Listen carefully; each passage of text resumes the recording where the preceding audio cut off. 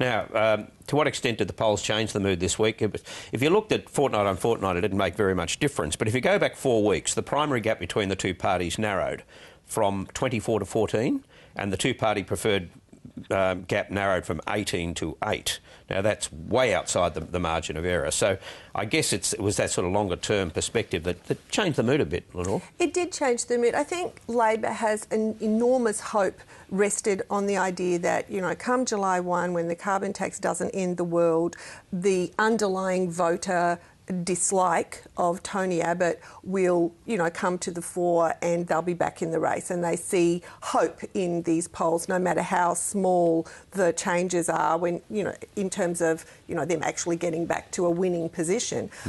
I think they might actually be over-optimistic in that I think now voters are angry at the government for a whole lot of reasons over and above and beyond the carbon tax. But I think the lift in mood was because it reinforced, the poll result reinforced what they hoped was happening and what they hope will happen. And they don't swing around to that extent. Like 18 to 8 on the two-party preferred in 4 weeks. At that rate, if it was like a football match and you had the momentum, they'd be in front in 4 weeks' time. Yeah. So what it tells you, there's a road poll in there somewhere, whether it was the first one or the last one or the one in between. Yeah, well, we only follow trends, and that's why you have Andrew Katsaris on every month. But look, even with these, let's march down the street popping champagne corks results, Labor will still be reduced to about 25 or fewer seats. So this is not anywhere near a triumph, nor even the beginning of the fight back. But it was enough to give them heart, which is, you know, something that's been really missing lately. It's given them heart and a bit of hope, and that counts for a lot. Well, it translated into a much feistier performance on the floor of the Parliament.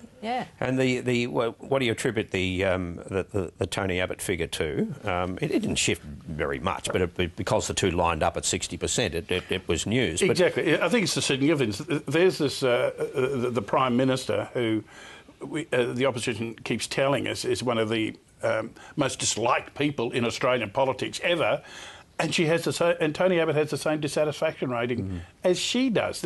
Look, there've got to be some people in the coalition thinking, what have we got here? But would have been concerned with what he had to say about basically on the Craig Thomson thing. It wasn't so much the ferocity of the attack, but it was this suggestion that he wasn't adhering to the rule of law. That by going so hard that he didn't have respect for the law. Do you think that's an issue for him? No, my own opinion is that I think most people have made a judgment about Craig Thomson, probably not one that's favourable to him. So they've decided that issue and they think, right, set that to one side and get on with the other stuff. So I think they just got, you know, tired of all that. Let's talk about the things that we're really worried about, not the stuff that we've already made up our minds about. And he kept pursuing it for reasons that were lost on a whole number of voters. And you can't blame him, because there are things that need to be accounted for. I mean, he, I think, in some respects, has a duty to continue to pursue some of those issues. But in a public sense, I think people are sick of that and they just want to get on to the other things. Also because in the Parliament, I mean, every process that can be set up to pursue the Thomson matter has been set up. None of them may come to an outcome that is satisfactory to Tony Abbott or to the public, for that matter. But I think it was a sense that it was being pursued and pursued to no end. There was nothing that could come of it. There was no resolution possible. It just went on, and people were fed up with both the government's protecting of him and the opposition's attack. It was all about the noise rather than an outcome. Yeah, absolutely.